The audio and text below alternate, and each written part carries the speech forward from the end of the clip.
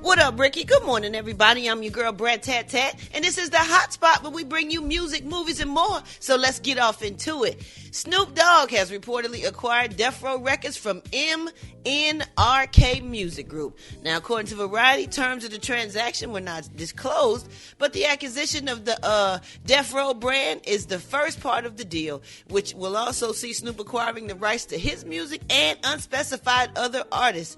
Now, the deal is expected to close in the coming weeks. Snoop released a statement saying, "I'm thrilled for the opportunity to acquire the iconic and culturally significant Death Row Records brand, which has immense untapped future value." He added, "It feels good to have the ownership of the label I was a part of at the beginning of my career and as one of the founding members. I look forward to building the next chapter of Death Row Records." I guess, when Suge went to prison, he lost kind of like all that stuff. So I guess it was just in limbo and Snoop grabbed it. I mean, I don't really know what happened, but I'm glad he got it, and I think he's going to do something great with it.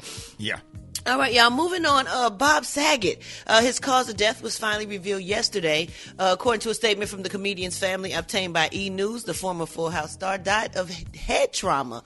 The family said the authorities have determined that Bob passed from head trauma. They have concluded that he accidentally hit the back of his head on something, thought nothing of it, and went to sleep. No drugs or alcohol were involved. He was found in Orlando in the Florida hotel room on January 9th, and he was just 65 years old. What were you going to say, Rick? God, stuff like that, man. You just go, we've all done that, Rick. Yeah, go to the doctor. But We've all done that. If I ever hit my head, I'm definitely going to get a CAT scan or something. Absolutely.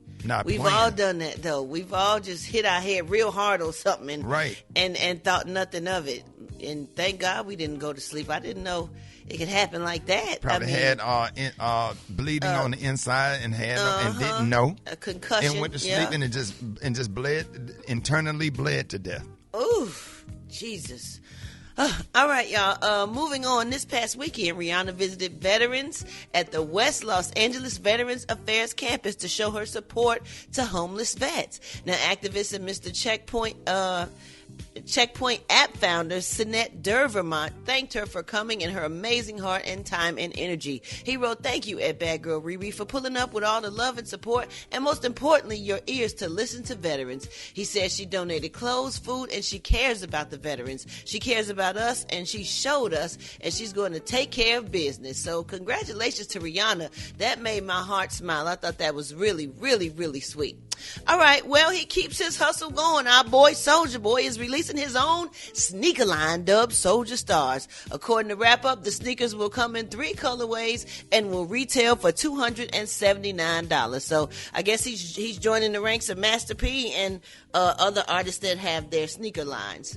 Moving on. At one point, she was talking about retirement from the pressures of the industry. But the good news is that Lizzo is back in the studio. She verified it herself, and she posted a short video that was shot while working in the studio yesterday. Although there was no sound, she was obviously hinting at what she was doing. She hasn't released music since her last year's hit Rumors, which featured Cardi B and debuted at #1 on the Hot R&B Hip Hop Songs chart. So I'm happy Lizzo back in the studio. Lizzo makes great music, and she's a great personality, and I think she's a sweet person. All right, y'all, I'm going to wrap up the hot spot on that note because I kind of feel like I'm talking too much, and I got too much to say today. So anyway.